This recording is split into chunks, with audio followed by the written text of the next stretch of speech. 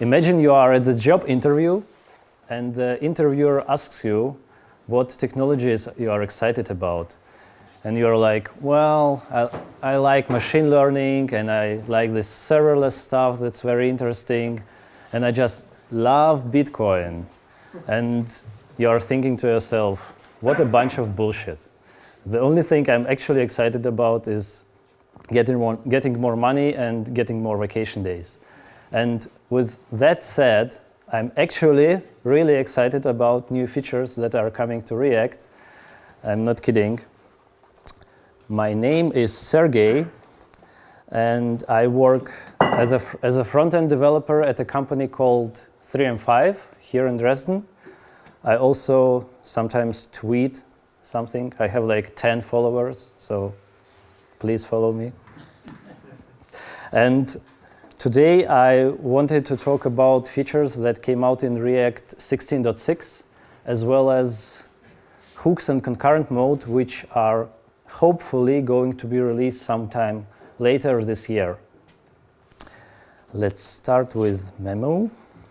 So for class components, we always had this opportunity to optimize them using pure component and should component update. And pure component basically compares the state and props, and if they stay the same, then the component won't be re-rendered. For functional components, there was no opportunity to optimize them, and since React 16.6, there is this React Memo wrapper function. Both pure component and React Memo implement the same shallow compare function. So it's kind of important to know, because when we are working with nested objects, then if we do changes to those deeper levels of nesting in those objects, then our component won't be re-rendered because well, JavaScript compares objects by reference. And you can also provide second optional comparison function to this React Memo. The second very important thing that came out was React Lazy together with Suspense. So imagine we have this application which consists of just 2 pages, one index page, really small, and a details page, which for some reason has like leaflet maps and several charting libraries and D3 and whatever. And if for your users the performance is important, then you don't want to send all of this on the first initial render. So with React Lazy, this heavy component will be loaded with Ajax the moment my component renders. And code splitting is not something incredibly new for React. So people have been doing code splitting using different tools for a long time already, but with React Lazy, it's finally built in, and I would say it has a pretty nice user interface. So while our heavy component is loading, imagine it's like several megabytes, we have to provide some fallback to show some spinner or whatever. And this is done using Suspense component. And Suspense, why Suspense? Because it's like suspended, and suspended means the rendering is temporarily paused.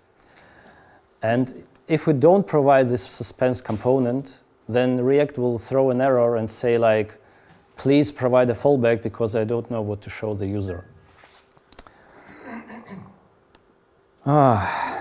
Hooks.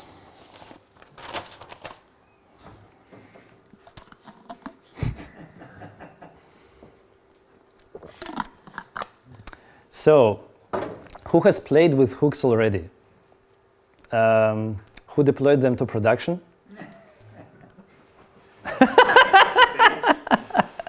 Stage, yeah. It's fun. So I've written at this point, I would say like 500 lines of code using hooks, so I consider myself an expert. and 500 lines is enough nowadays.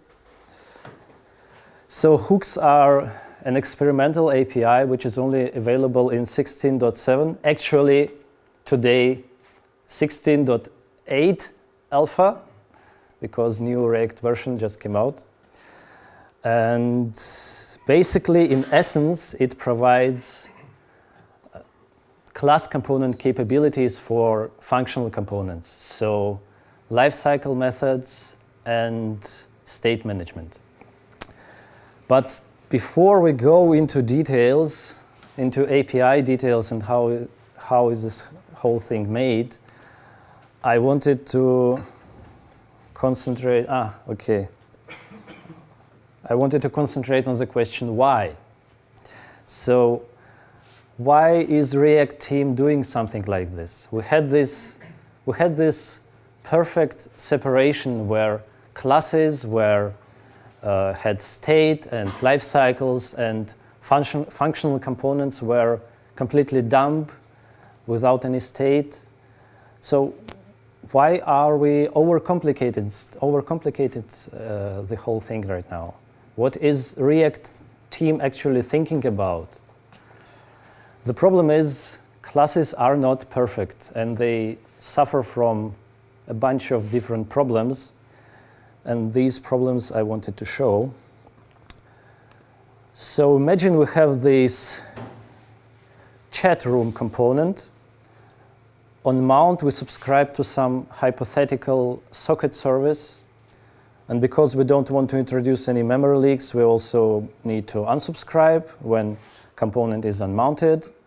And of course, when our room ID changes, we also don't want to receive messages from the old room. We also need to unsubscribe and subscribe again. So yeah, it kind of works. Okay, we created 3 different methods for this functionality, but it's okay. Then we receive a different task. We also need to add an event listener here for listen to like scroll event, and this handles scroll. And of course, we also don't want to create any memory leaks, so we have to remove our event listener on component will unmount. And our component gradually grows, and we add more comparisons here, and yes, stuff is happening. And at some point we notice, and it's pretty important, mutually related functionality, like this subscription unsubscription logic, gets split apart into different methods. And completely unrelated logic, like these 2 lines here, they end up being combined into a single method. And okay, this component here is übersichtlich. You can understand what's going on here. But when we add additional lifecycle methods, we add more listeners, we add more subscriptions logging, we add some API fetching. Like you open this code 2 months later, and even though you've written this stuff, you just need like 10 minutes to understand it again. What the hell's going on here? And if it's someone else's code, then it's even worse. So it's a pretty common problem. Another problem is stateful logic reuse or stateful behavior reuse, you could say. So we have this now component which displays current time. Initially we set our state to new date, and then on mount we create an interval which every 100 milliseconds we're going to set our state to new date. And of course, again, no memory leaks, so we clear our interval. So the question is, how do we reuse this, like this part here, in a different component? What if we want to reuse it the way that we can pass this now variable to a different component? Not only do we want to display it, we also want to use it and format it in all the different ways. Well, when React came out, we had this mixins, So it would probably be look like this. Of course, it doesn't work because mixins don't work with ECMAScript 6 class syntax, and yeah, and mixins were kind of okay. They solved the problem, but they suffered from a bunch of problems, like implicit dependencies, because we now have no idea where this now is actually coming from. It's kind of like magical. The state variable is there, and that's it. And when we have multiple mixins, then we would have name clashing, and if those mixins, for example, implement different lifecycle methods, then React had to somehow merge two different should component updates, and it was different. It was always kind of really difficult to understand what's going on. So mixins were deprecated, mixins considered harmful, and everyone switched to higher order components. So I won't explain what higher order components do. Everyone's using them and written a bunch of them, I think. And yeah, it's a very powerful pattern. There are like whole libraries built on top of this stuff. There is this thing called Recompose, and people build they compose these higher order components, like 10 of them, and make one really dumb functional component stateful. And yeah, it's like very powerful pattern. Redux Connect, React routers with router. So all of these are higher order components.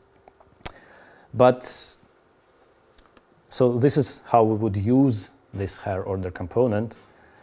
And well, while we solved some of the problems mixins had, we still have this, where is this now coming from? Like, I don't know the implementation of this with now. So I see this code like this. Where is this props now is coming from, and what does it contain? And I don't know who has tried building a higher order component with TypeScript, and who liked this experience, like who didn't spend like 3 hours in Google trying to understand. And I actually asked one guy who I consider a TypeScript expert. I'm telling all of this because I feel like TypeScript is the future. So I asked one guy who is a very good TypeScript expert, so what is the way to build a higher order component with TypeScript? And he was like, first of all, we need to rebuild React's typings, and even then it would be like 90% right. So it's kind of hard. And around the same time, I think it was 2015, someone suggested another pattern called render props. So now we have this use now component, which does seem like it's almost the same, except all it does is just it's rendering by calling its children as a function and passing its internal state to this function. So we would use this kind of like this. And you've definitely seen a bunch of this stuff already because, for example, React Context is a render prop. The whole GraphQL stuff is a render prop. And there are a bunch of different animation libraries. So right now, like everything is built on top of render props. And while again, this is a very nice pattern. So now we understand where this variable is coming from. We can do like we can even pass different parameters to this. Like we can format it the way we want. We can pass this now property to different components. But the problem is that both of these approaches suffer from the same one problem called wrapper hell. Alexa, spiel 99 Luftballons, heißt das.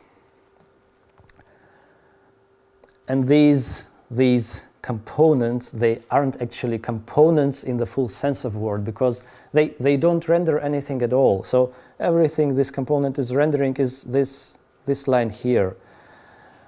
So both hooks and render props, they are just I would say they are just a pattern which emerged because there was no better opportunity to use stuff. So wouldn't it be nice if we could use something without the need to restructure our code and create a bunch of wrapper components for it? And that's where hooks come into play. So the first hook I wanted to show is use state. So as you see, an expression stateless functional components doesn't make much sense anymore. Use state accepts as a first parameter initial state, and we receive current value and a setter for this value. And then we continue using it the same way we would use setState in class components, with one difference. This setState doesn't merge. So if we would have something like blah and lol, and we would do like, we would set like only lol here, then our second variable would be simply deleted, removed, because this thing doesn't merge. But we can have multiple use states. And whenever we feel that our state logic kind of becomes really, really complex, then we could switch to this use reducer hook. Actually, use state is internally based on use reducer hook. So I would say it's just like a Redux for poor people. It's like almost the same syntax. If you know Redux, you will understand what the hell is going on here. So we pass our reducer function and our initial state to it, and we receive current state and a dispatch function, which we can then use to dispatch stuff. Typical Redux stuff. And use effect, yeah, this one is really good. So use effect is a better replacement for lifecycle methods. Why is it called use effect? Because it's where you put your side effects. And what is a side effect when we are talking about web development? It's API fetching, it's logging, it's timers, subscriptions, events, all of this stuff. So let's say we have this book details component and we would like to fetch some book from an API and display it. So first of all, we need a state to save this book to. So we say use state, and we pass our initial state. Later we are going to display the name here. And this use effect, it will be called after every successful render. So it's kind of like right now, without any changes, it's kind of like component did mount and component did update combined. So we use some hypothetical book API here. We say get book with our prop side book ID, and we receive some response, and we're like set book response. And we just created an infinite loop because, yeah, set book will trigger a re-render, and our use effect, which is currently like component did mount and component did update, will also be called.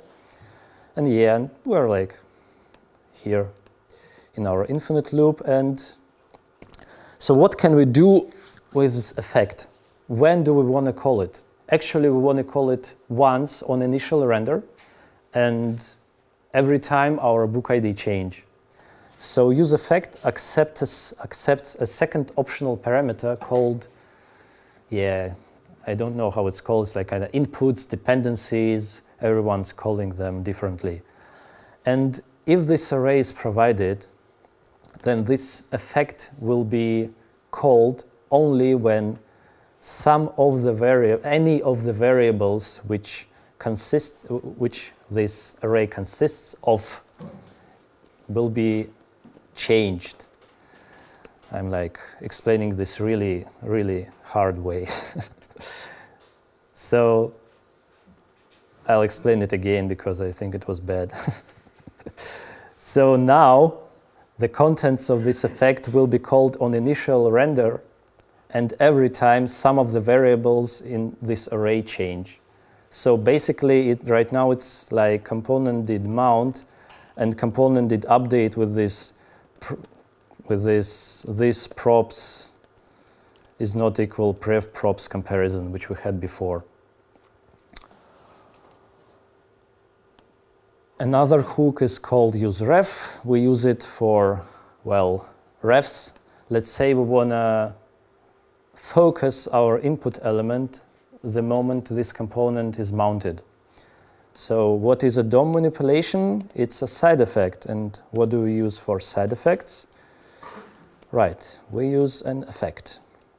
And we say like input ref current focus. The problem right now is that, again, this will be called after every successful render, and we only wanted to call it on initial mount. So what do we have to provide in our dependencies array? So actually nothing. It's kind of, this tells React that this effect doesn't depend on anything and shouldn't be rerun at all. So this construct here is like component did mount. So let's see how hooks can help our problems which we had before with logic reuse and split functionality to disappear. So here again we have our now component. This time it's implemented using hooks. So we have our initial state. On mount we create an interval, and every 100 milliseconds we set it to new date. And this time we are also returning something here. And when effect is returning something, it's a signal for React that this function should be called when it's time to clean up. So it's time to clean up when the component is getting removed from the DOM, and it's time to clean up when any of these variables change. So how do we reuse this stuff we created? Well, we create something called a custom hook. And the custom hook is just a function. We would call it useNow, and it could accept some params. And in our case, it will just return now, but hooks can return whatever they want. And then we can use it. And we can have multiple of those things. We can pass different, like we can say this one is 16,000. We are passing our interval. We're saying that by default it's 100. And yeah, the possibilities are kind of endless because we can use everything here, and we can have as much of these hooks as we want, as many of these hooks as we want. Another problem we had was this split functionality problem. And yeah, instead of creating 3 different methods and like 6-8 lines of code, we now have this effect, which is called on initial mount, and every time our room ID change, and we create this when we subscribe, and when it's time to clean up, we unsubscribe, and that's it. And if you want to add this window event listener we had before, well, we can have multiple hooks. So now we can say like window add event listener, whatever. I won't write it again. And we will return a function with window remove event listener again, and when does it need to be called, on mount and on unmount. There is this nice video I have. It doesn't really matter what this class component does. What's really important is that related functionality is highlighted with different colors here, and this is what happens when we rewrite this component using hooks.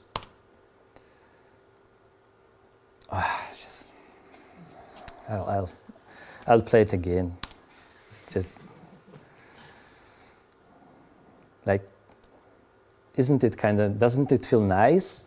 It's like even less code than before, and it's clean, it's understandable. You will look at this code later and you will understand what it does.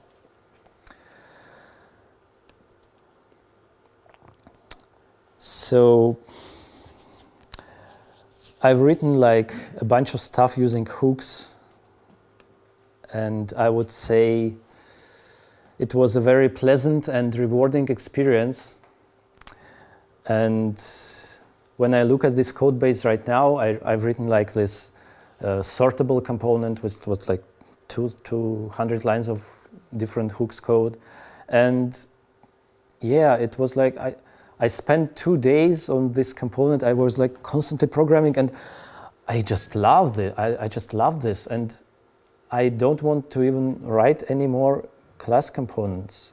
You know, when people from React team, they come on stage and they are like, well, classes aren't going anywhere and all of that stuff, and then they like, hey, who uses classes anymore, LOL. And of course they are like telling this jokingly, but you get this overall feeling, this overall direction this ship is sailing.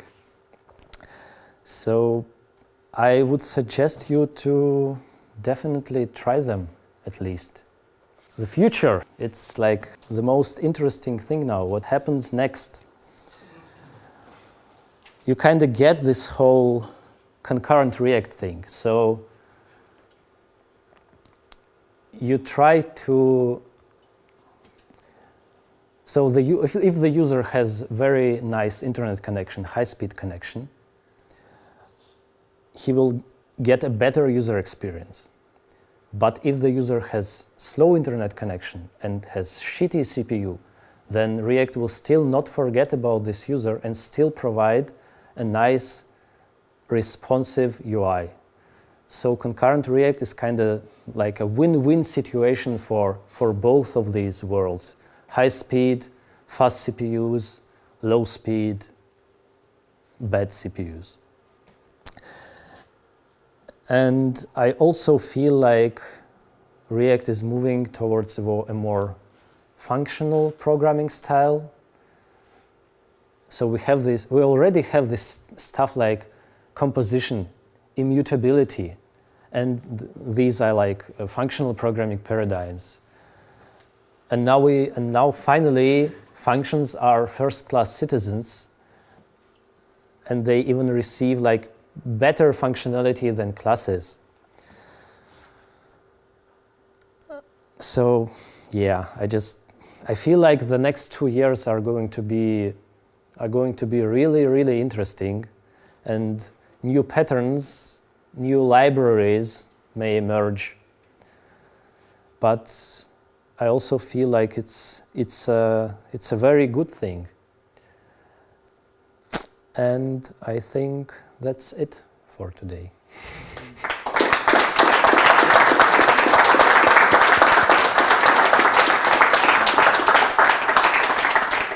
I forgot to say something.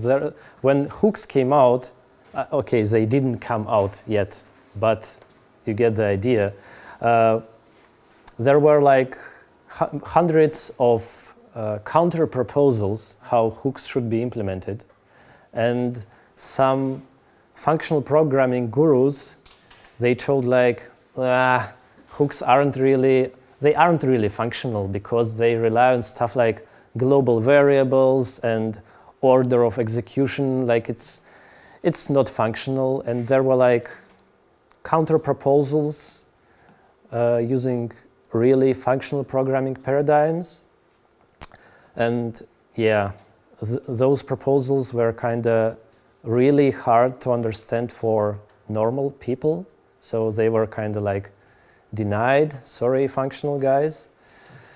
But I still feel like that React is moving towards more functional style, even though functional programming gurus might say that hooks aren't really functional.